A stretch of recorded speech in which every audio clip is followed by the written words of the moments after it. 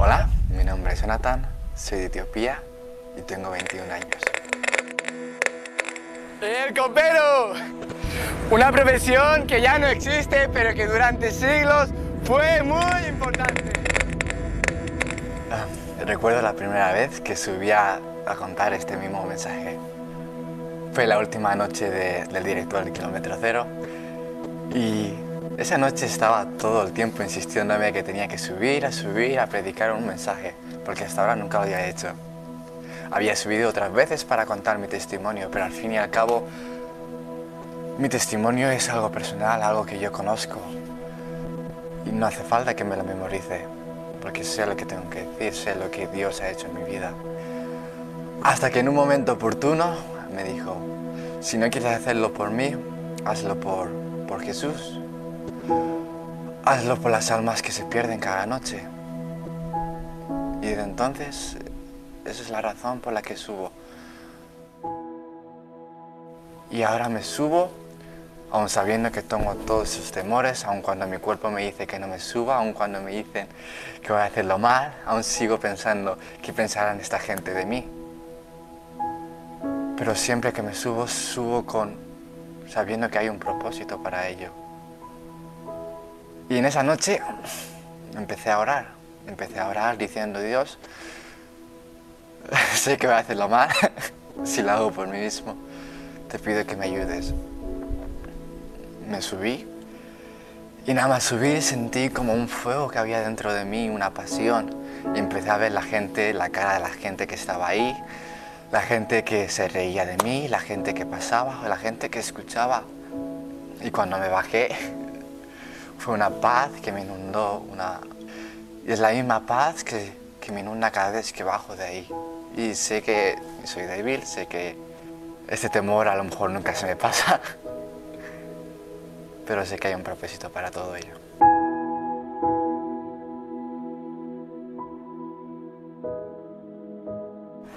¡El copero! Una profesión que ya no existe, pero que durante siglos fue muy importante. Era la sombra de todos los reyes que existían. Allá donde iban ellos, allá iba él. Todas las fiestas a las que los reyes iban, allá iba el copero. A todos los banquetes a los que los reyes eran invitados, él también era invitado. Todo lo que comían ellos, él lo comía. Todo lo que bebían, él lo bebía. Esa era su función y eso era para el que estaba contratado. Los reyes sabían que un día llegaría, su copa estaría llena de veneno, alguien intentaría traicionarles. Pero ahí estaba el copero que tomaría esa copa y él pagaría lo que ellos iban a recibir. Y en esa noche el rey se sentiría dichoso, he sobrevivido a la muerte. Te estarás preguntando por qué te cuento esto, yo no soy un rey, nadie intenta envenenarme. Te cuento esto porque todos tenemos una copa, la tenemos con nosotros desde el momento en el que nacimos y con ella andamos día y noche. Cada vez que hacemos lo bueno la llenamos del buen vino, cada vez que nos sacrificamos por los demás, cada vez que amamos a los demás, damos dinero a los pobres, cada vez que hacemos todo eso bueno que los que nos orgullecemos, la llenamos del buen vino. Pero déjame decirte que cada mentira que soltamos, cada odio que guardamos en nuestro corazón, cada vez que miramos con lujuria a otras personas, cada vez que nos ponemos en el lugar del Dios que nos creó, echamos unas gotas de veneno en nuestra copa. Y un día, en el día que muramos, estaremos delante de ese Dios del que te he hablado, el juez justo. Y esa copa estará delante nuestra y la tendremos que tomar. Es un veneno que nos llevará a una muerte eterna, a un lugar apartado de Dios, en un lugar de tormento y llanto, apartado completamente del que te creó, lleno de vergüenza, en un lugar llamado infierno. Te pregunto hoy, ¿seguro que no te hace falta un copero como al rey? ¿Estás seguro? Te pregunto. Hace 2000 años Dios hecho hombre, vivió entre nosotros una vida completamente perfecta. Su copa estaba llena del buen vino. Todo lo bueno Él lo hizo. Y de su boca no salió ni una mentira. De sus manos nada malo. No engañó a nadie, no golpeó ni mintió a nada. Y en esta noche Él se ofreció a ser nuestro copero. Él se ofreció a tomar de nuestra copa, la copa de nuestro veneno, de nuestra maldad. Se ofreció a todo aquel que se arrepintiese, a todo aquel que viniese y entregase de su copa, a todo aquel que se arrepintiese y dijese: creo en ti, mi Dios, creo en ti, mi Cristo. A todo aquel que acudiese a Él se le entregaba su copa. Él le entregaba la copa de su vida, la copa de la vida eterna. Y le entregaba la salvación, le entregaba el gozo, le entregaba el amor, le entregaba una vida nueva, transformación desde el interior. Y todo lo malo que hemos hecho se quedaría atrás, y todo lo bueno que Él hizo estaría delante nuestra. Y nos ofreció la entrada al cielo eterno, para que viviésemos junto a Él por la eternidad. Una eternidad llena de gozo junto a Él. Y Él te invita a que lo hagas hoy, que le busques hoy con urgencia, porque no sabemos si tenemos el mañana. Te invita a que clames a Él, te invito yo a que clames a Él esta noche. A que le digas: Dios, si tú existes, ven y cámbiame. Dios, si tú existes, ven y toma de mi copa y entrégame la copa tuya. Y entrégame de esta vida que tú prometes. Y yo te prometo hoy que Él lo hará, que Él te entregará y Él te dará una nueva esperanza. Gracias por escuchar.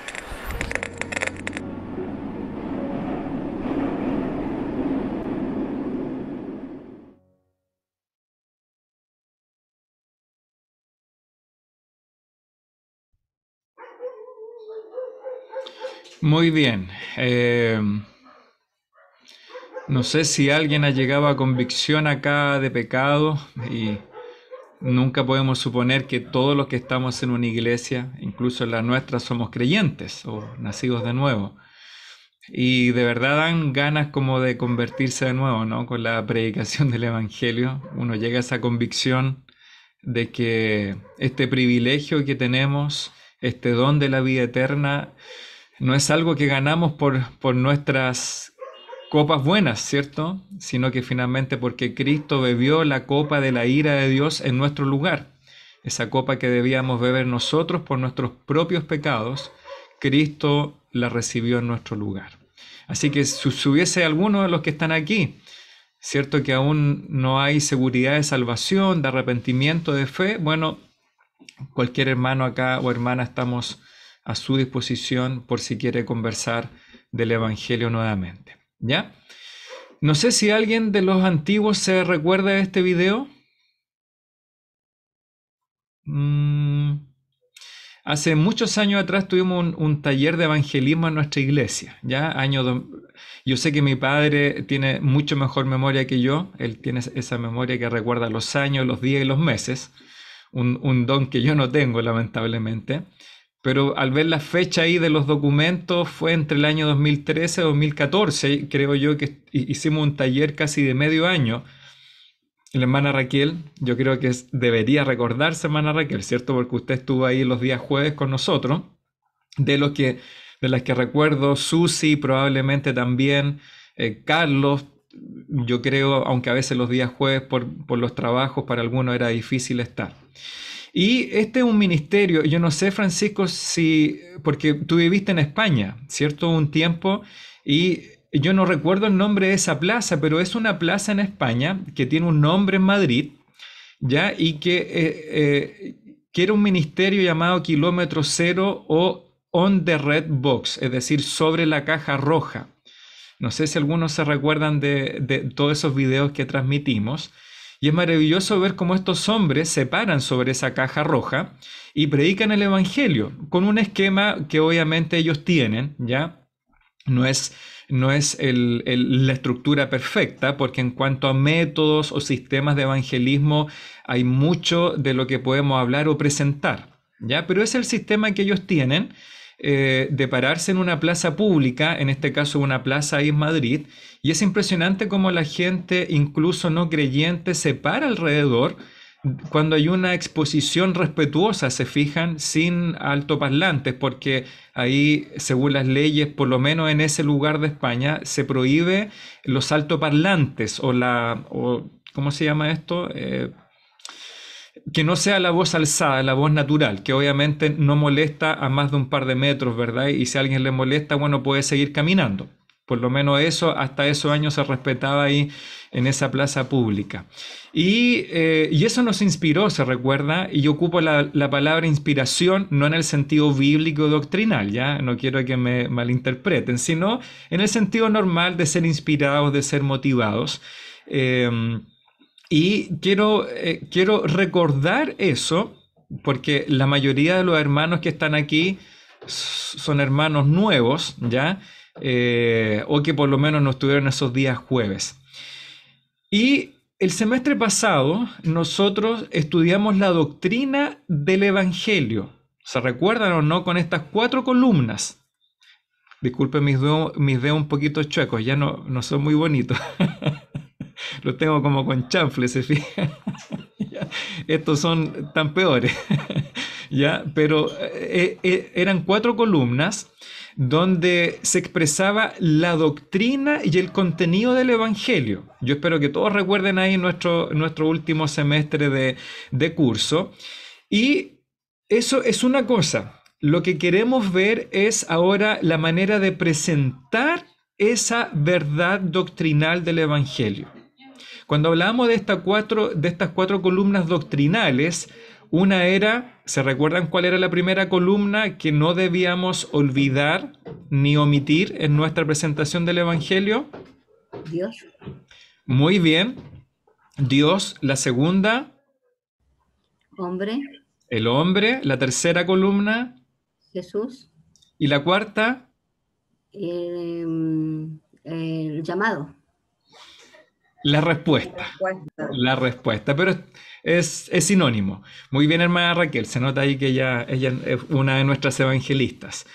Y eso, obviamente, había mucho que agregar a cada uno de los puntos, lo estamos mencionando. Cuando hablábamos de Dios, presentamos a Dios en su condición de un Dios santo y también de un Dios de gracia. ¿Se recuerda? Que no son contrastes, sino que son complementarios en la persona de Dios. Presentábamos al hombre en su condición de criatura, de creación de Dios, pero también caída y corrompida por la caída del pecado. Después presentábamos a Cristo en su muerte, en su resurrección, como la única posibilidad de reconciliación entre este Dios santo y este hombre pecador. Pero el Evangelio no es completo si no llamamos a responder positivamente al Evangelio. ¿Y cuál es la respuesta que Dios demanda para aplicar la salvación a la vida del pecador? Arrepentimiento y fe. Y ahora, bueno, el tema obviamente que ustedes leyeron en sus apuntes es muy breve y lo que quiere transmitir es un poco de que la sana doctrina es lo que alimenta el mensaje de nuestro testimonio evangelístico, ¿ya? Que finalmente ya fue complementado en el semestre pasado. Y aquí voy a compartir ahora, pero voy a compartirlo sin optimización de video, porque cuando uno lo hace así, aparecen unos cuadritos grises, ¿ya? Bien, ¿lo ven ahí o no? ¿La visual? Ya. Entonces hoy día en la clase del lunes 6 de junio, perdón, lunes 7 de junio, y teología bíblica, la sana doctrina. La sana doctrina sirve para toda la vida y una parte fundamental en la vida del creyente, que es lo que es el evangelismo, el testificar.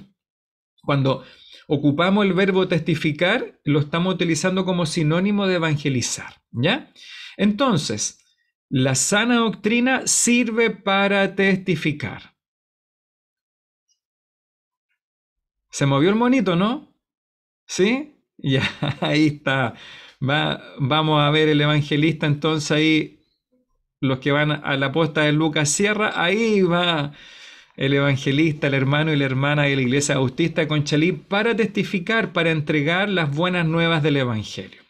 ¿Ya? Y la pregunta que comenzaba como para introducir nuestro tema, dice, ¿has estado alguna vez en una situación en la que has tenido que hablar públicamente de cualquier tema? En tu colegio, en la universidad, en el trabajo, en que has tenido que hablar públicamente, pero realmente no sabías de lo que estabas hablando. ¿Les ha pasado eso alguna vez? Que han sido llamados a hablar delante del público y llegaron al frente y no saben ni lo que pasó, ni lo que estaban hablando. No sé si alguien tiene una experiencia, pero muy cortita, ¿ya? Y nos puede contar qué sucedió en ese momento en alguna presentación, no sé, del trabajo. ¿Nadie tiene alguna anécdota que quiera compartir? De sentirse como fuera del cuerpo, ya, esa sensación que usted está ahí al frente de mucha gente.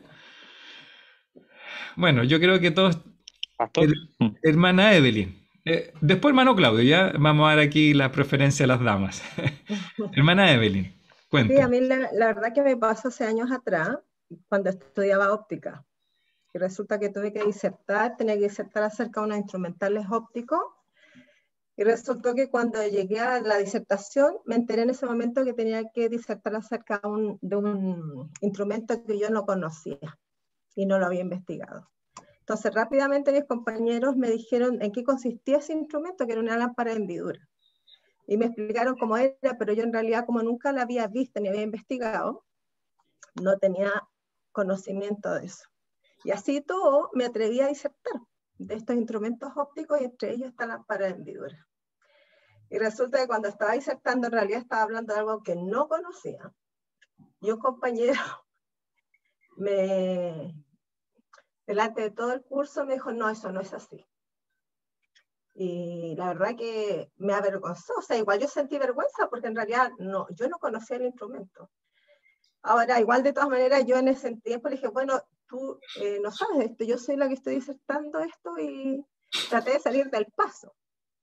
Así todo no me fue mal en la disertación, me saqué un 6 y tanto, pero sí sentí vergüenza porque estaba disertando de uno de todos los instrumentos que yo no conocía. Y hubo alguien que sí lo conocía y me increpó y me dijo, no, lo que tú estás disertando no es correcto.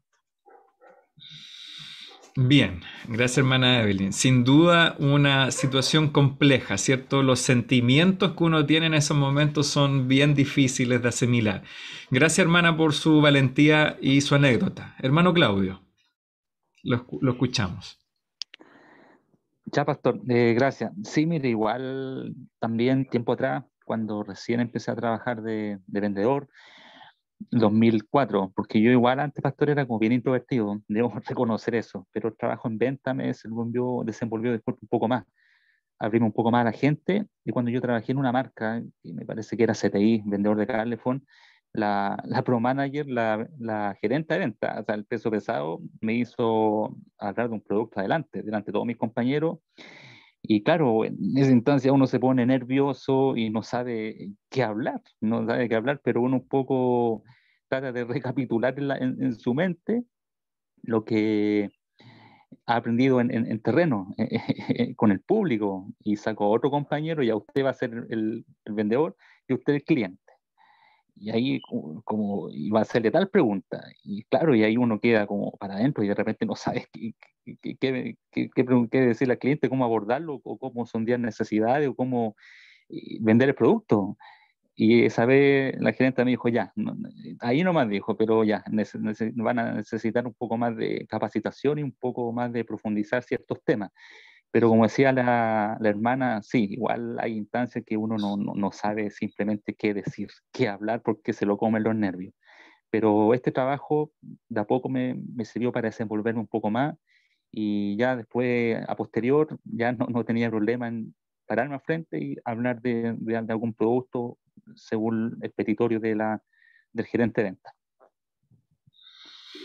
Muy bien, pues gracias Claudio ahí también por compartir estas anécdotas, que yo creo que todos tenemos esos momentos cuando nos toca hablar en público, mucha gente o muy poquita gente, y y pasar a veces estos momentos difíciles. Yo solamente les quiero decir que yo estudié ventas de primero a cuarto medio y era tartamudo. Yo no sé cómo me metí a estudiar ventas si era tartamudo y tenía que hacer estos role-playing que le llamaban, que uno tenía que simular una venta con la profesora o el profesor, y créanme que yo lo único que quería era enterrarme nomás. Dije, ¿en qué momento elegí esta cosa? ¿Ya? Bueno, Dios permitió que estudiara eso para alguna preparación futura. Sigo compartiendo. Tristemente, como ustedes dos contaron y muchos otros también tenemos ahí guardada cierta experiencia, esa es exactamente la impresión que muchos de nosotros tenemos ahora con la evangelización. Evitamos compartir el evangelio, como dicen sus apuntes, evitamos compartir el evangelio con otros. ¿Por qué? Porque no sabemos realmente cómo explicar el evangelio o cómo responder a las preguntas que la gente puede hacernos cuando les presentamos el evangelio. Y yo creo que el vocabulario es apropiado acá. No estamos hablando de predicar en el sentido de estar frente a un púlpito o en una calle, ¿ya? Sino cuando explicamos el evangelio. Y a veces no lo compartimos porque no sabemos cómo explicarlo ni responder a las preguntas que la gente puede hacernos. Dice ahí con letra rosada, es este sentimiento común y por supuesto entendible que tienen muchos cristianos, es una razón entre muchas por las que la sana doctrina es necesaria para la evangelización. Así que aquí queremos hacer el link o el vínculo entre la sana doctrina nos sirve para la vida de evangelismo o para testificar, como dice en nuestra lección. La sana doctrina, y aquí hay 2 puntos, como dicen sus apuntes, la sana doctrina es necesaria para evangelizar. ¿Por qué? ¿Por qué la sana doctrina debe alimentar nuestra evangelización?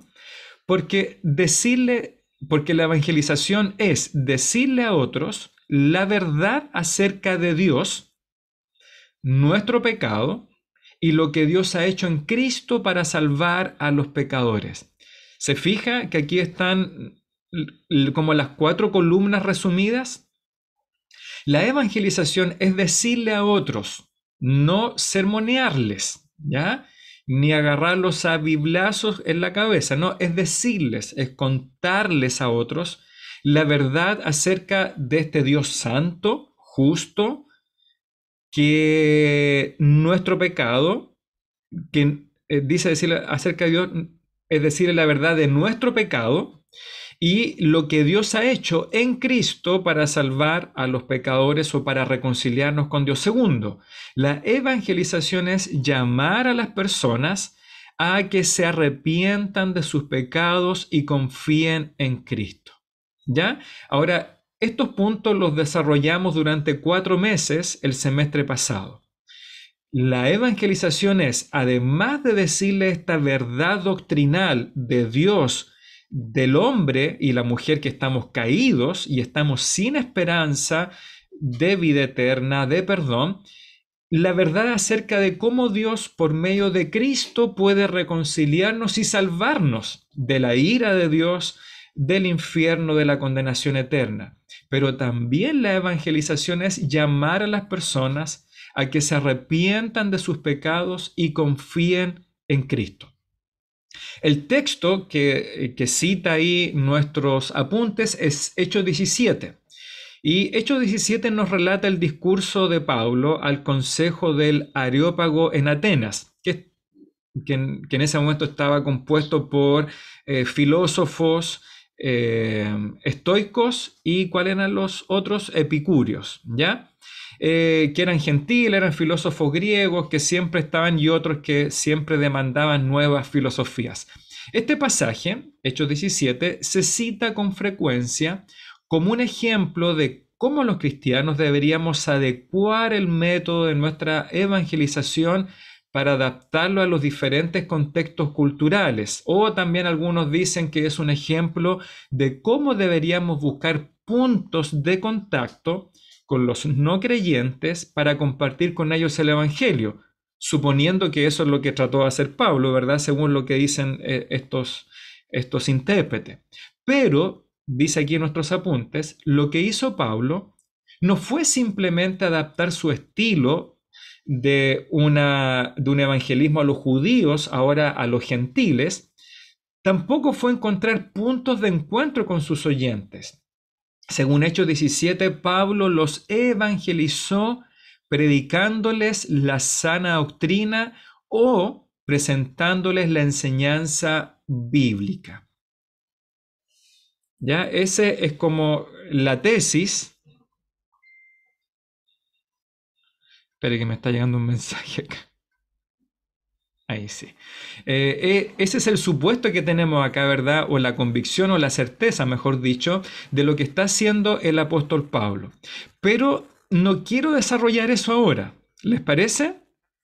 Porque quiero hacerlo más práctico todavía en la necesidad de poder presentar el Evangelio y de poder testificar utilizando estos recursos que presentamos hace algunos años y que también encontré algunos nuevos. Hermanos y hermanas, todos nosotros necesitamos conocer la sana doctrina para presentar un sano Evangelio. Si nosotros no comprendemos y no conocemos el Evangelio bíblico, difícilmente vamos a poder presentar un Evangelio verdadero. Eso fue lo que estudiamos el semestre pasado. Descubrimos que el Evangelio no es el logo de Smile, sonríe, Dios te ama o Jesús te ama, que uno ya no lo ve ni en los autos, ¿verdad? Antiguamente uno lo veía en las micros, los autos, los camiones, ahora ni eso se ve siquiera en las calles. ¿Ya? Ni tampoco el Evangelio es Dios quiere sacar el campeón que tienes dentro de ti, ¿verdad? O 7 consejos, 20 consejos para que tengas prosperidad en tu vida. De ninguna manera eso es el Evangelio. Pero ¿cómo vamos a saber cuál es el Evangelio? La única manera de saberlo es yendo a las Escrituras. La sana doctrina es la que debe formar y fundamentar nuestro sano, único y verdadero Evangelio, según lo presenta el Señor Jesucristo, Juan el Bautista, Pedro, los apóstoles, Pablo, etc. Como también algunos diáconos ahí como Esteban y como Felipe en el Nuevo Testamento. Entonces, el corazón de nuestra enseñanza es que la sana doctrina nos sirve para testificar. La sana doctrina nos sirve para todos los aspectos de nuestra vida. Ahora tenemos estas 4 columnas que aprendimos el semestre pasado, pero hay diferentes maneras en que podemos presentar el Evangelio. Por medio de una conversación, por medio de una proclamación pública en el templo, como lo hicimos nosotros casa por casa, como lo hacían los jóvenes que iban a los parques. ¿Se recuerdan? Los jóvenes iban al parque de Quinta Normal, fueron al parque O'Higgins, Santa Mónica. Ellos se sentaban con las personas, les presentaban un folleto, pero los jóvenes no iban con el folleto, sino que buscaban una conversación evangelística. Yo sé que aquí los papás de jóvenes lo saben. Carlos, yo creo que lo supo por Carlitos, por Miguel, hermana Raquel por Vanessa, y no sé cuántos otros más acá de los papitos. Matías tal vez alcanzó esa etapa. En otros momentos nuestros jóvenes con el hermano Hugo, con Cristóbal, con Cristian Sala, Cristian Vega, fueron a las micros Transantiago y cantaban coritos bien bonitos ya, y después uno de los varones predicaba el Evangelio en la micro.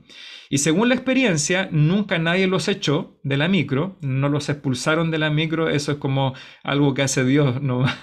de poder presentar el Evangelio. Entonces hay muchas maneras de presentarlo y hay diferentes métodos evangelísticos. Pero mire, yo encontré esta frase y que yo creo que nos representa. Dice acá: muchos cristianos están frustrados con el evangelismo. Ellos están desesperados, nosotros estamos desesperados por encontrar algo que funcione en nuestro evangelismo personal.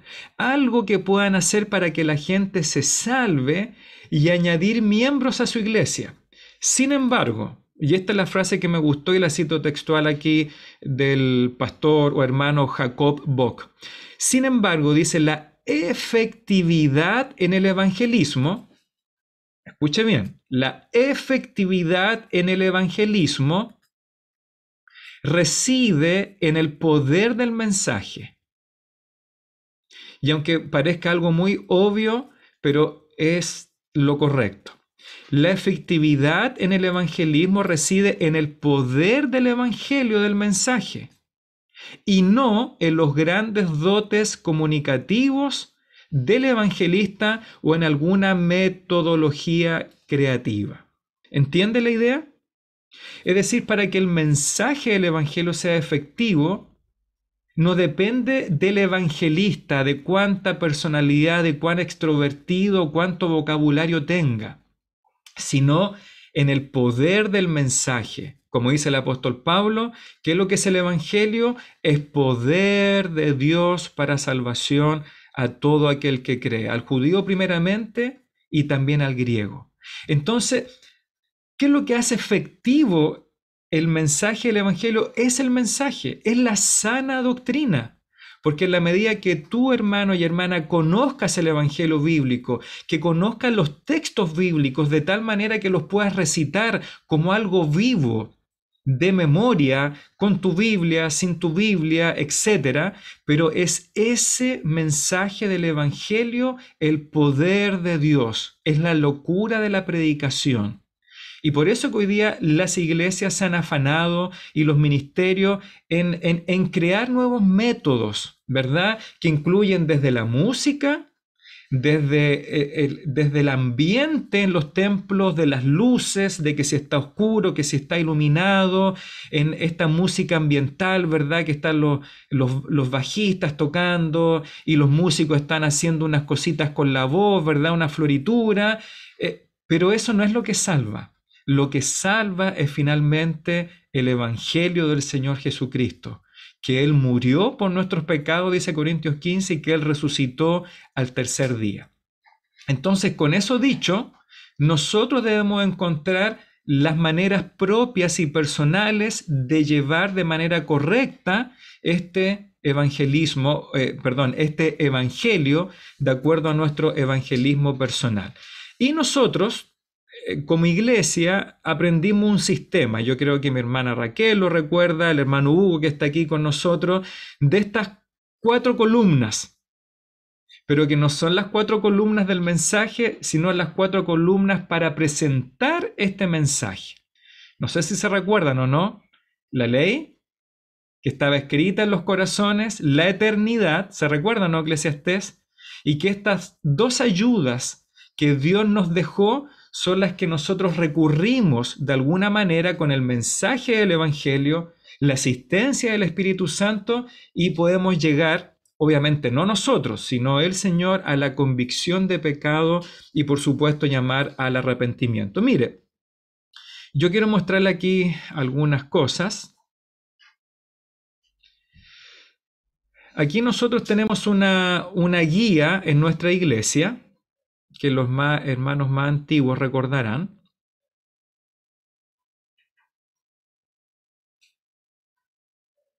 ¿Alcanzan a ver o no? ¿Sí? Ya.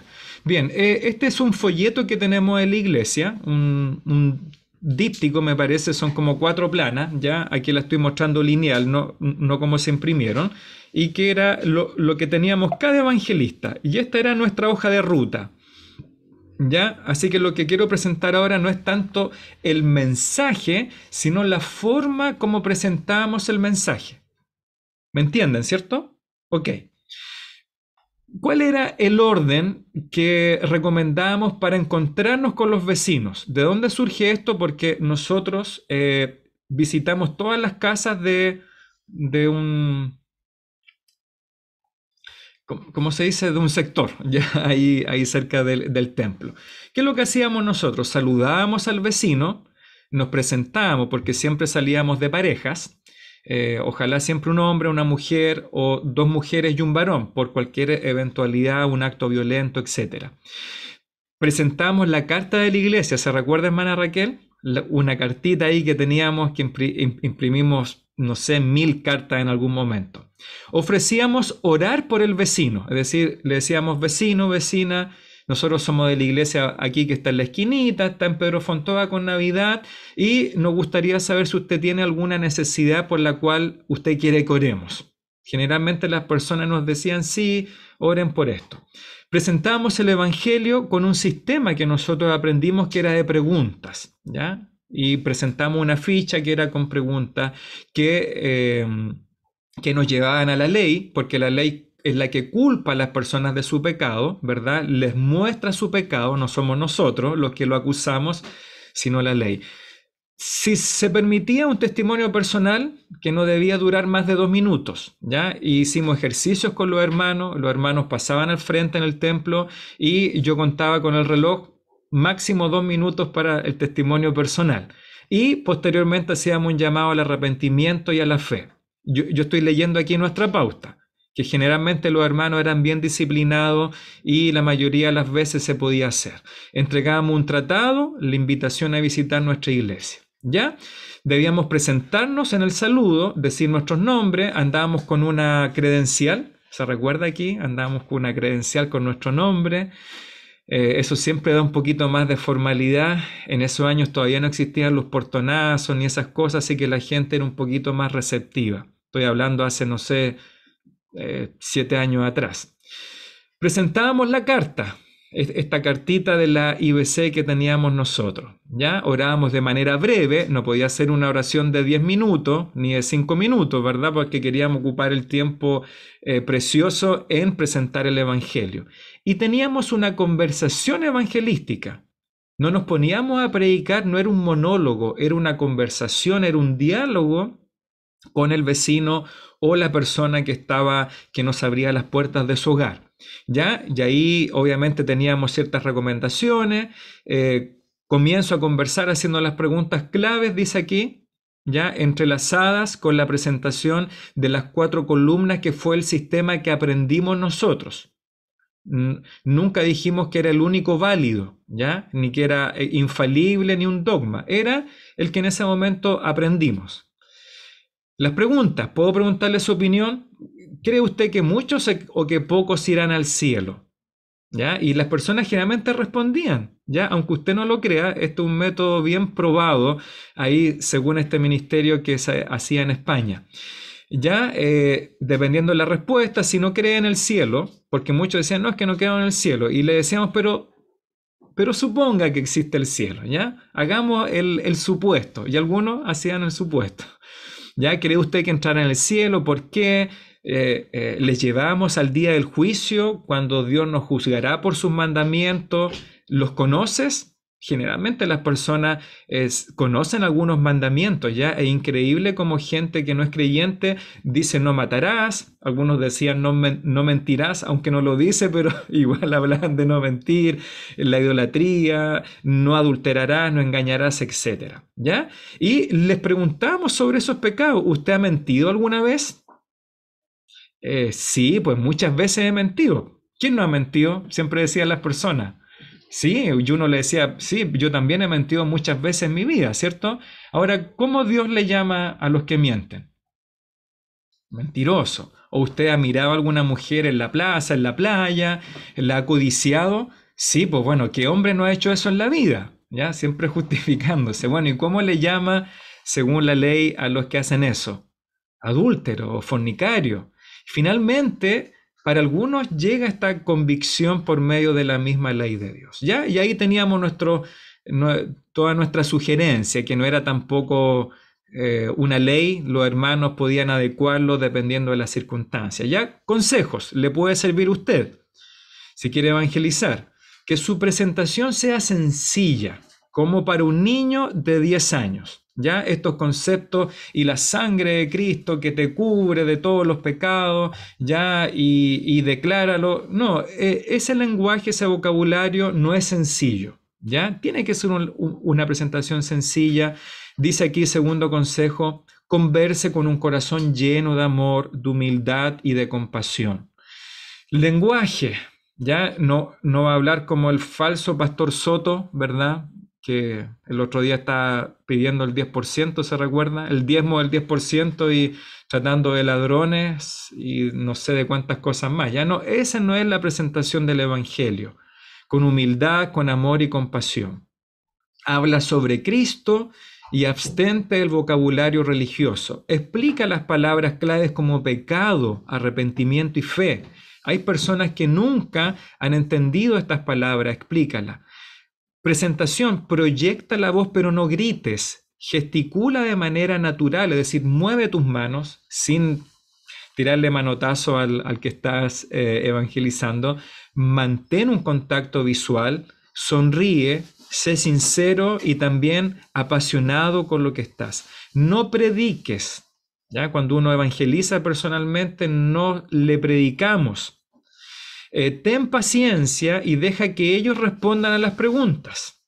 No te desvíes. Si te empiezan a hablar de la Virgen María, si tú crees en la Virgen, que el vecino es evangélico y llega borracho todos los días, no te desvíes, ¿ya? Trata de volver siempre a tu presentación del Evangelio.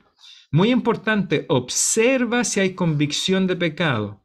Porque si ves que hay convicción, como decía el hermano Manuel ayer, si lo ves compungido, no le vas a decir esa palabra, ¿verdad, a tu oyente? Porque no la va a conocer ni entender, pero si tú lo ves como contrito, si lo ves compungido, entonces sigue adelante, ¿verdad? Y sigue ahí con la presentación del Evangelio. Si la persona se está burlando, si se está riendo, bueno, termina con una manera cortés y sigue a la otra casa, como lo decíamos, o a la otra persona. Ojo, que no repitan una oración mágica, ¿ya? No hagamos repetir una oración a las personas presionándolos para que se asuman pecadores si realmente no hay una convicción de ellos mismos. Que ellos oren, si van a clamar por salvación, que lo hagan ojalá con sus propias palabras, porque al escucharles tú también te darás cuenta si hay una real convicción. Pregúntales después si quieren que tú ores por ellos. No lleves lentes de sol, ya no andes con esos lentes oscuros, míralo a los ojos. Otro consejo, siempre revisa tu aliento, lava tus dientes antes de salir a evangelizar. Están las pastillitas de menta, pero nunca estés con un chicle, ¿ya? Esos consejos también se los damos a los hermanos porque obviamente un mal aliento con un almuerzo de comida china, no sé, con mucho ajo, créanme que eso puede distraer del evangelio. Así que preocúpese de esos detalles también. Ropa sencilla, ya no vamos a andar un día de semana con vestón y corbata, ¿verdad? Salvo que vengamos del trabajo, pero si va a haber a gente que está en la casa, lo van a confundir con un mormón. Si anda con camisa blanca y corbata negra, ¿ya? Obviamente las hermanas no van a andar con un escote que muestra todo, ¿verdad? Y obviamente el que está delante suyo va a distraerse. A eso se refiere ropa sencilla, bien presentado, sin lujos, y por supuesto los celulares en silencio. No quiere que nadie justo en el momento de convicción le esté llamando a la señora o el esposo, ¿verdad? Por cosas que no son a lo mejor tan importantes. Y aquí tenemos las 4 columnas en las cuales descansábamos nosotros para presentar. Hablamos de la eternidad, escrita en el corazón de todas las personas, incluso hasta el más ateo, el agnóstico, tiene ese concepto de la eternidad. Algunos lo llaman la reencarnación, ya como lo disfracen, hay algo ahí. Obviamente oscurecido por el pecado, pero hay algo que podemos hacer, sacar ahí, ¿verdad? Del corazón, como dice Eclesiastés 3:11. Todos vamos a morir. ¿Se recuerda esa estadística? Hay una estadística que es 100% segura, que de 100 personas, las 100 van a morir, ¿cierto? Esa es la única estadística segura, 100%. Todos vamos a morir. Todos vamos a ser presentados a un tribunal, seremos juzgados. La pregunta es, ¿pasará la eternidad en el cielo o la eternidad en el infierno? La ley. Hay que recurrir a esta ley escrita en cada corazón. Después usted puede verificar bien la cita. Yo voy a compartir este documento PDF en el grupo de WhatsApp, ¿ya? Romanos 2:14. La ley trae convicción de pecado, ¿ya? No eres tú acusándolo. Es decir, yo no le digo a la persona que es adúltero, que es mentiroso, que es idólatra. Yo dejo que la Biblia, que la Escritura traiga esta convicción, esta acusación. Además, la ley declara a todo el mundo culpable ante Dios. Y finalmente es la ley nuestro ayo que nos lleva a Cristo, es decir, la ley o la Escritura completa ya nos desnuda como pecadores. Nos muestra que no tenemos nada bueno que presentar a Dios en el tribunal o en el juicio. Y ahí es cuando nos deja totalmente humillados, destrozados, sedientos de salvación. Y solamente Cristo es aquel que viene por la presentación de la cruz, que aquí es este punto, ¿ya? En el punto número 3 o la tercera columna, cuando la cruz representando a Jesús como nuestro sustituto, como decía este joven de la copa, haciendo por nosotros lo que era imposible para nosotros mismos. Y aquí aprendimos estas doctrinas de la cruz. ¿Ya? No estamos hablando aquí de las doctrinas de la gracia, ni de los 5 puntos del calvinismo, ni de las 5 solas, ¿verdad? Que a veces los reformados quieren presentar el evangelio como sinónimo de estas cosas. Esto es lo que Cristo hizo en la cruz. Y aquí están las doctrinas que las aprendimos en ese taller. Expiación. ¿Qué es lo que es la expiación? La mala noticia de que soy pecador. Pero en Cristo, la buena noticia es que soy perdonado. Justificación. ¿Cuál es la mala noticia? Soy culpable delante de Dios. ¿Cuál es la buena noticia que cambia con la cruz? Ahora soy declarado inocente. O justo. Recuerda que estamos ocupando palabras sencillas, no teológicas. La teología viene después con el discipulado. La regeneración. Bueno, la mala noticia es que antes de la cruz estoy muerto. ¿Cuál es la buena noticia después de la cruz? Ahora estoy vivo. ¿Se fija o no? No ocupamos este concepto en el vocabulario. ¿Se fija la diferencia o no? Yo no le digo a la persona, ¿quieres ser expiado? Porque la persona chilena promedio no va a entender esa palabra. De la misma manera ocupamos esto, santificación. Significa que antes de Cristo yo estaba sucio en mis pecados. Después de la cruz estoy limpio de mis pecados. Redención. Antes de la cruz era esclavo del pecado. Después de la cruz soy libre del pecado. Reconciliación. Antes de la cruz o antes de Cristo era enemigo de Dios. Efesios capítulo 2. Después de la cruz soy amigo de Dios. Propiciación, esta palabra un poquito difícil. Bueno, ¿qué significa? La mala noticia es que estoy bajo la ira de Dios. Le he ofendido de tal magnitud al Dios Santo que estoy bajo su ira. Pero ahora, después de Cristo, estoy bajo su amor. Esa es la columna de la cruz o la de Cristo. ¿Y cuál es la llamada? ¿Cuál es el llamado? Arrepentimiento y la fe en el Señor Jesucristo, que ya lo estudiamos bien doctrinalmente el semestre pasado. ¿Se fija qué simple? Y aquí teníamos también otros consejos, tu testimonio en 2 minutos, ya que a veces no es tan necesario hacerlo. Así que, ¿cuál era nuestro llamado? Ahora prepárate, ora, practica y proclama el Evangelio de Jesús. Así que este es nuestro folleto que está disponible para ustedes. Ya, después lo voy a compartir. Sí, ya lo presenté completo, me parece. Sí. Y aquí estaba nuestra carta. Esta era la carta que presentábamos nosotros. Y teníamos una carta para Panquehue, porque esto mismo también lo hicimos en Panquehue. Aquí, si usted se fija, ¿está viendo la carta o no? ¿Sí? Ya. Bueno, esta era la carta que le entregábamos a nuestros vecinos. Ahora, con la perspectiva de los años, cambiaría algunas cosas. No ocuparía tantos adjetivos. Alguien me enseñó que hay que hacer las frases más sencillas, no ocupar tanto adjetivo, ¿verdad? Un muy buen consejo. Esto lo hice antes de eso, así que yo haría más simple todavía. Pero era una invitación a leer nuestra carta, ¿ya? Ahí describo un poco quiénes éramos en ese momento como iglesia, ¿ya? También puedo compartir esto en el grupo de WhatsApp del curso. Y describíamos nuestras reuniones generales, ¿ya? Y algunas personas habrán llegado alguna vez por medio de esta invitación a nuestra iglesia. Ya la página esa ya no existe, la página web. Si usted se fija, le dice doble clic y no existe ya. Iglesia Bautista Conchalí, el hermano Pablo, él pagaba el hosting, el nickname, pero al final nadie entraba a la página web, ya entraban todas a Facebook. ¿Usted, hermano Manuel? Ah, esa es la página que entró.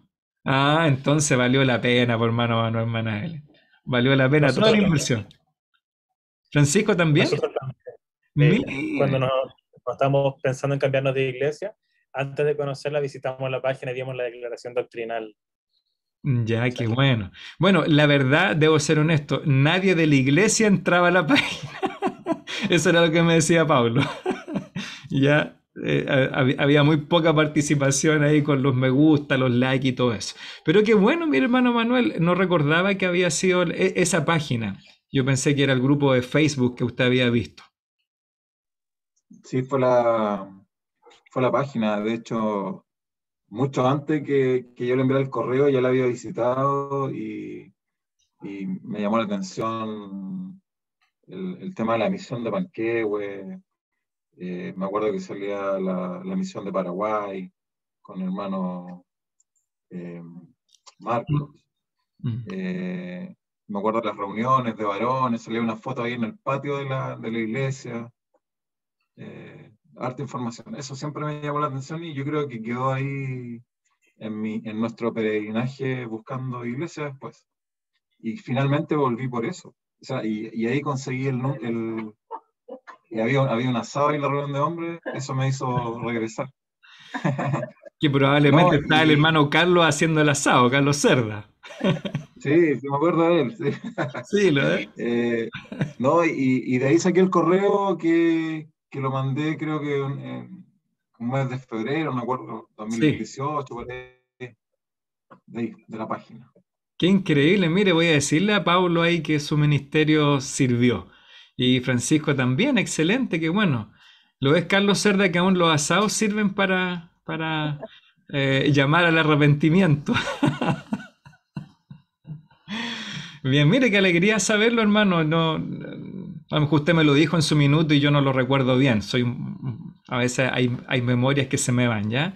Pero voy a decirle a mi hermano Pablo porque él en algún momento quedó un poquito ahí medio desanimado, ya porque sintió que toda esa inversión como que no había tomado mucho vuelo, porque igual la página de Facebook como que se ganaba la otra página, ¿ya? Por la cantidad de fotos y todo. No, tiene que animarse, hermano Pablo, y repensar.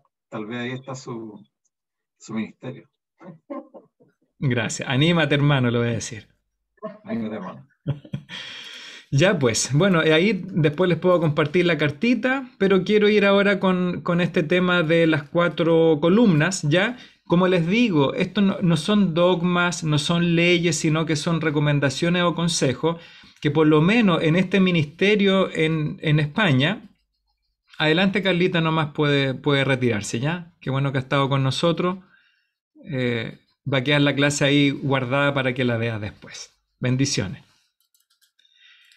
Que como les digo son sistemas que han servido en ministerio y a nosotros por lo menos fue lo que aprendimos para poder predicar en nuestro barrio y en la posta de Lucas Sierra. ¿Ya? Voy a compartir más información para que usted la vea.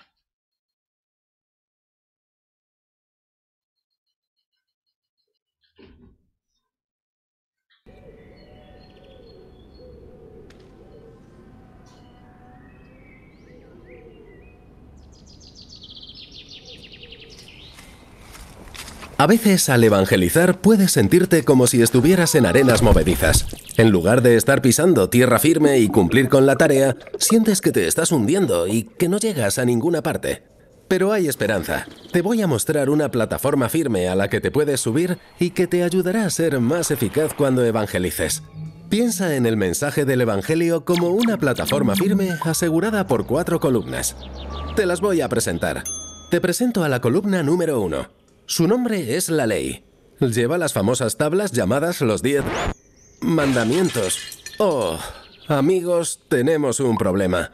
Lo primero que tienes que saber al evangelizar es que tenemos un problema. Romper con la ley de Dios acarrea una multa tremendamente grande, una que nunca podrías pagar. Primera columna. Tienes un problema como resultado de haber roto la ley de Dios. Te presento a la columna número 2. Su nombre es Eternidad. Después de morir, te llevarán con tu enorme multa al tribunal de Dios.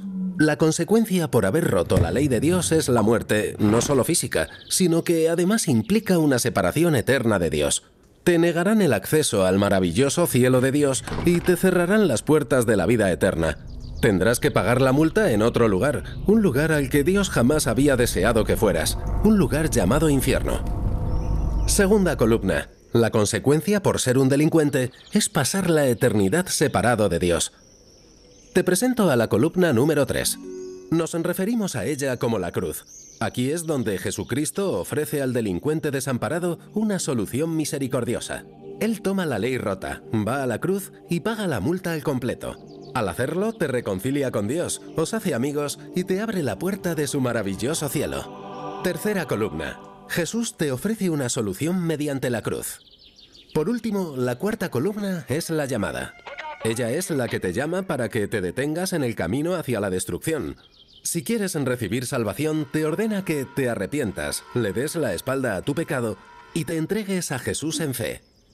Cuando lo hagas, Jesús te pagará la multa, te hará amigo de Dios y te dará acceso al cielo. Cuarta columna, la llamada al arrepentimiento y a poner tu fe en Jesús.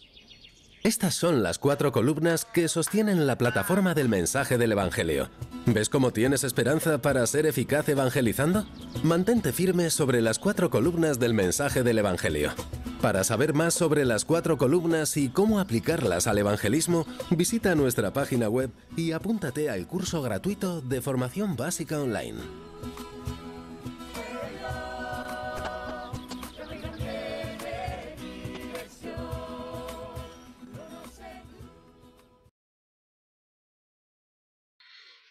Voy a seguir ya, pero ahora con más detalles sobre cada una de las 4 columnas, comenzando con la ley.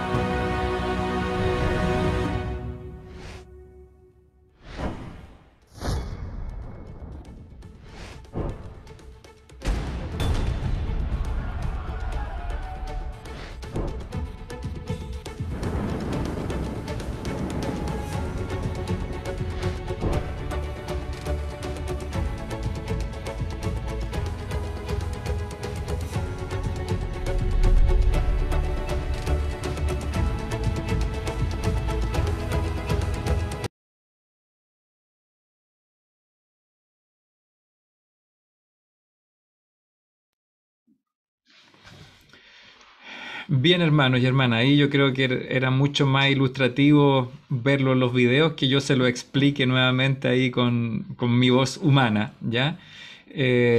Como les dije, este es un formato de presentación del Evangelio, pero si ustedes se fijan, todo está fundamentado en la sana doctrina del Evangelio, que es la que enseñamos el semestre pasado. Dios, sus características, su naturaleza, lo que Él demanda de nosotros los hombres que hemos caído o que estamos caídos en nuestros pecados, muertos en nuestros delitos y pecados, cuya única esperanza es Cristo, quien vivió esta vida perfecta, murió por nuestros pecados, resucitó al tercer día para nuestra justificación, y por supuesto lo que hizo Cristo ahí tempranamente en el Evangelio de Marcos: arrepentíos y creed en el Evangelio, que es la única respuesta posible que demanda y puede aplicar los beneficios y las bendiciones de la salvación a nuestra vida. No sé, hermano o hermana, si tienen alguna pregunta, algún comentario al respecto.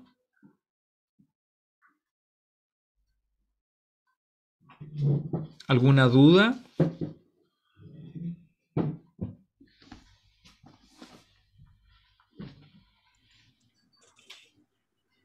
Pastor. Hermano Ramón Sí. Nicomani. Buenas noches. Hola, buenas noches, hermanos. Cuéntanos. Bueno, yo quiero contar una experiencia que pasé hace poquito. Ya llegó al trabajo una persona nueva, al trabajo en mi colegio. Y bueno, él, un día nos sentamos a almorzar porque en sí, para conocernos un poco. Y empezamos a preguntar, ¿por qué nos preguntó? Que entró así como al tiro en el tema de qué religión éramos, porque yo con mi otro compañero, él es adventista y yo cristiano, ¿ya? Conocemos de Dios, ¿ya? Y bueno, él nos dijo que él era ateo, que no creía en la religión, ni en la doctrina, y que la historia de Jesús tampoco creía que Jesús había existido. Y bueno, yo empecé a explicarle ahí un poco que ¿por qué no creía? O sea, para salir, ¿qué es lo que él, por qué no creía? Entonces, él nos contó que su mamá había andado por muchas iglesias cristianas y pasó por muchas culturas, porque él también estuvo en Estados Unidos y tuvieron muchas creencias, muchas religiones, a lo mejor no sé. La cosa que ahora la mamá era como budista, ¿me entiendes? Pero yo empecé a explicarle un poco, en cierta manera, lo que Jesús vino a hacer, a qué vino Jesús al mundo. Y empecé con Juan 3:16, que todos conocemos, y a explicarle ahí que Él murió, vino por nuestros pecados, nos perdonó, y todo lo que nosotros hemos siempre transmitido a la gente de dar a conocer. Pero lo más, y aquí viene uno transmitiendo el mensaje, él nos dice que en cierta manera él participaba, porque yo trabajo en un colegio judío, ¿ya? Y él participaba de la doctrina judía. Le dije que ilógico lo tuyo, ateo, pero participáis de la doctrina judaica, siendo que ellos creen en Dios, po. Entonces trató de dar una explicación, no sé, porque participó en mucho, ahora último conversamos también, participó en muchos grupos juveniles que son como los Boy Scouts en la colonia judía, porque hay varios grupos que forman ellos, que tratan de mantener a los jóvenes entre sus tradiciones judaicas y cosas así. bueno, la cosa es que con mi compañero después comentábamos esto, y decíamos que raro que él diga que es ateo, siendo que participa de cosas judaicas, cosas que también son creyentes en Dios. Entonces, uno a veces dice, ¿cómo llego a esas personas? A veces, porque si hay gente que dice que es atea, obvio que uno dice, no cree, o sea, no cree que hay un Dios, ¿me entiendes? Pero él ha pasado por muchas también religiones a lo mejor, y pensamos a lo mejor que, claro, hay una confusión entre muchas doctrinas a lo mejor, que su cabeza no sabe lo que quiere a lo mejor. Entonces, a veces yo he conversado con mis compañeros de trabajo, que también son algunos católicos, y ellos conocen de algunos mandamientos, ¿me entiendes? Hay gente católica que conoce también, pero cuando uno le habla y no se trata de criticar, sino que le habla y le explica más o menos lo que uno ha aprendido, a veces como que siempre uno empieza el tema, pero siempre tratan de querer cambiar el tema. ¿Por qué? Porque a veces uno se da cuenta que a ellos les gusta en cierta manera la manera que tienen de vivir, ¿no? Como veíamos ahí, todos conocemos los 10 mandamientos, todos sabemos lo que no podemos hacer, pero en cierta manera es como que hay gente que le gusta que le prediquen lo que ellos quieran escuchar, ¿me entiendes? Entonces a veces yo creo que a veces uno, por eso a veces no es que no quiera entregar el mensaje, sino que yo creo que a veces uno siente en el corazón, o que el mismo Espíritu Santo que el Señor nos ha puesto, nos da esa señal a quién llegar, en cierta manera. Yo lo creo así, en esa manera, pienso en esa manera. No sé si estaré bien o estaré mal, pero yo con mis compañeros, ellos saben que yo soy cristiano, participo, soy creyente, y que saben mi punto de vista en lo que yo creo, y lo respetan, así como yo respeto a ellos a cualquier religión. No se trata tampoco de ofender a nadie, pero a veces cuesta llegar a la gente para llegar con una palabra, porque la gente a veces quiere escuchar lo que ellos quieren escuchar nomás, ¿me entienden? Entonces eso es lo que yo quería, como en cierta manera aportar, dar a conocer lo que viví con este compañero, y que a veces también cuando ahora nos sentamos siempre trata de buscar así como meterle el dedo en la herida a uno, como para hacerlo enojar, no sé, para que uno se enoje y le diga las cosas como son, pero uno trata de mantener la calma, y en realidad yo siempre digo, bueno, el mensaje ya, yo le decía a mi Señor, el mensaje a lo mejor le entregué lo que el Señor vino a este mundo. Ahora depende de Él, que Él abra la puerta de su corazón para que Él pueda cambiar ese pensamiento que tiene, que Jesús no existió, no vino, no, es una historia, ¿me entiendes? Sí. Entonces, a lo mejor hay un trato personal con el Señor que le falta ver, ¿me entiendes? Porque todos sabemos que cuando uno entrega la semilla, después el Señor es el que tiene que... depende de Él el abrirle el corazón. Pero si no lo quiere abrir, bueno, Él va a tener que responder nomás por lo que el Señor le va a preguntar. Se te entregó el mensaje, tú no lo quisiste recibir, y ahí ya la cosa cambia. Así que eso, pastor, yo quería nomás compartir. Muy bien, gracias hermano Ramón Nicobani por su experiencia. Bueno, ahí yo creo que, bueno, un punto para acotar es que no es que Dios nos va a mostrar a quién predicarle, ¿ya? Dios ya nos mostró esa voluntad, y la voluntad de Dios es que le prediquemos a todas las personas, en todos los contextos, ¿ya? Así que ahí tenemos una verdad revelada, una voluntad revelada de Dios que tenemos que predicarla a todos el Evangelio. Ahora, después ellos dirán si aceptan o rechazan, pero nosotros no nos anteponemos a ese prejuicio, ¿verdad? Porque a veces, no sé, yo puedo tener un amigo que está lleno de tatuajes, ¿verdad? Que tiene estas extensiones en la oreja, está todo con su pelo verde, amarillo. ¿Y cuál es mi prejuicio? No, él, ¿para qué lo va a predicar el Evangelio si lo va a rechazar? ¿Cierto? Yo me antepongo, pero el mandato es predicar el Evangelio y créame que esas personas, esos hombres, esas mujeres, como los más santos o los que se creen santos como Don Bueno, que alguna vez mostramos ese video, todos tienen la posibilidad todos tienen la oportunidad de escuchar el Evangelio y de creer, ¿ya? Así que esa sería como una acotación ahí que usted manifestó esa pregunta.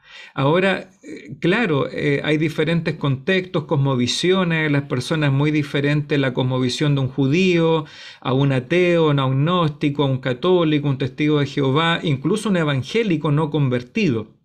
Pero el consejo, hermano Ramón, y para todos nosotros, es lo primero, conocer bien el Evangelio bíblico, ¿ya?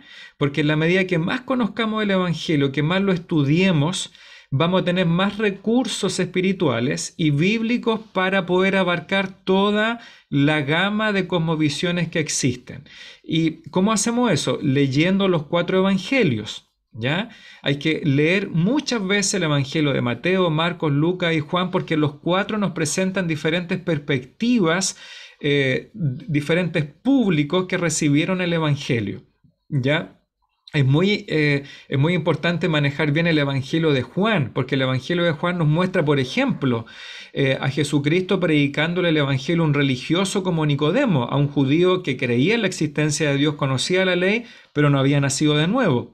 Como también en otro contexto le predica el Evangelio a la mujer samaritana, ¿verdad? Que había sido rechazada por sus amigas, por la sociedad, por el estilo de vida que tenía. En otro momento les presentaba a esta mujer adúltera, y Cristo es capaz de llevarle el Evangelio a cada uno de estos contextos y de situaciones particulares. Otro recurso también es manejar bien el libro de los Hechos. El libro de los Hechos tiene también la predicación del Evangelio a judíos, a samaritanos, a filósofos atenienses, como leímos en Hechos 17, a judíos, a reyes gentiles como el rey Agripa, como otros gobernantes, a un carcelero, a un etíope. Entonces, si usted se fija, hay un sinnúmero de públicos posibles. Y obviamente tenemos que conocer toda esa gama ya del Evangelio, que es un solo mensaje, pero que tiene diferentes maneras o perspectivas de presentarlo. Y por supuesto, depender de la asistencia del Espíritu Santo. Si usted sabe que en un momento determinado va a evangelizar a alguien, es tener esa batalla espiritual en oración por aquella persona. Ahora, yo les voy a compartir algunos recursos que también sirven, porque uno no puede desechar la experiencia de hombres y mujeres que ya llevan una vida evangelizando, que han probado, ¿verdad?, que han tenido anécdotas y experiencias. Y mire, yo voy a compartir, no se los voy a leer ahora, pero por ejemplo aquí hay un recurso muy bueno que lo vimos nosotros. Déjeme ver cuál estoy mostrando ahí. Dice Apunta al Corazón. ¿El título o no? Parece que no lo estoy mostrando. Que estoy aquí un poquito desfasado. No, estoy mal. Déjeme mostrarlo de nuevo. Apunta al Corazón. Este es un muy buen recurso. Ahí lo tienen, ¿cierto? ¿Sí? Y aquí está este hermano Kevin Prevost, que también nosotros lo discutimos en el taller. Y aquí hay un consejo de cómo apuntar al corazón del pecador, ¿ya? Y obviamente no lo voy a leer ahora, pero un documento en PDF muy simple, que es una transcripción de lo que él enseña en un video, y cómo en el fondo tenemos un arco. Y el problema es que no ocupamos el arco adecuado para apuntar al corazón de la persona a la cual estamos predicando. Así que aquí podemos leer bien otra vez el concepto de la ley como un recurso para llevar la convicción del Espíritu Santo al corazón del pecador. Se fija, ahí hay mucha información. También voy a compartir este otro recurso que es de Ray Comfort, que es el mito el mito del mensaje moderno, ¿ya?